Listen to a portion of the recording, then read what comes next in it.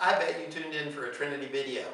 We do them every week, so of course we're going to do one for you this week. We always pick a different energy because we meditate on a different energy, and you could be a part of this. If you haven't already, take a moment and like this video, subscribe to this channel, maybe give us a share or a comment. All of these things help us be more visible, help this become a bigger and bigger meditation. If all of us meditate on the same energy, empowering it into the mass consciousness, we can change the world around that energy. Tonight we're going to be looking at loyalty. Loyalty is a misunderstood energy. Everybody attaches loyalty to a person or a thing. Real loyalty is to your spirit, your heart, keeping it in charge instead of your lower bodies or somebody else's lower bodies, their desires, their judgments, their habits. You don't want to be dominated by those. You want to stay pure to your heart's intent. That's true loyalty. And I've got a really simple self-defense exercise that I think is going to help you see that. So Terry, if you would bring that ball for us. A really simple exercise that you can do is to take some sort of weight, this is a 10-pound medicine ball, and extend it. Try and lift it up. Oh, you'll see that it's rather hard. If you bring it in closer to your body, it becomes easier to lift. Why is that? Because you're trying to apply force at a distance here. When you bring it in close to your energy field, you can really put some force behind what you're doing. Your subconscious instinctively knows this, and so it will try and get your center of gravity close to the center of gravity of whatever you're trying to dominate or manhandle, whether that be a pallet full of flooring tiles or whether it be a person.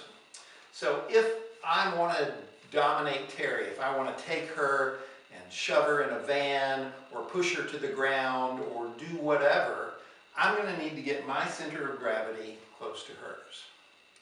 If I can do that, if I can get in close, I can trip her, I can push her.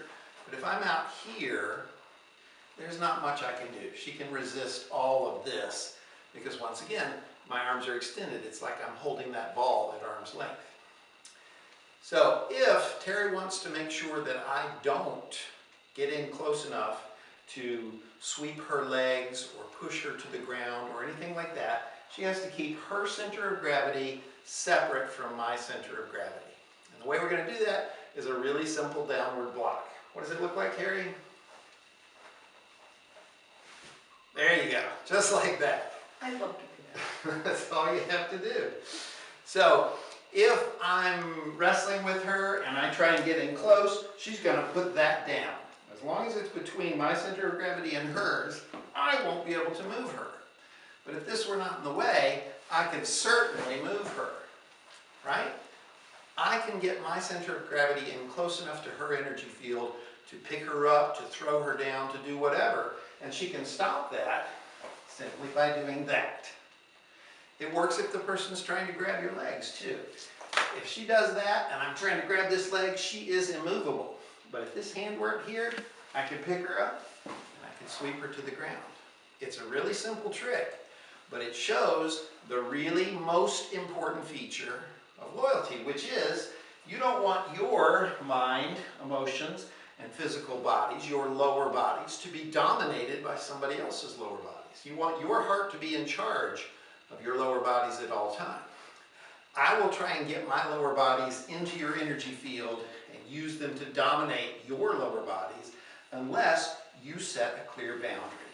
Setting a boundary so that other people's lower bodies do not dominate yours is the heart and soul of true loyalty. And it looks like this. Ta-da!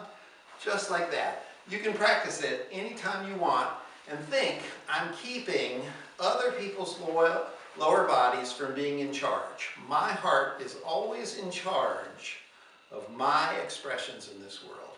And that is the secret to true loyalty. If you think this stuff's cool, stay tuned for more Trinity.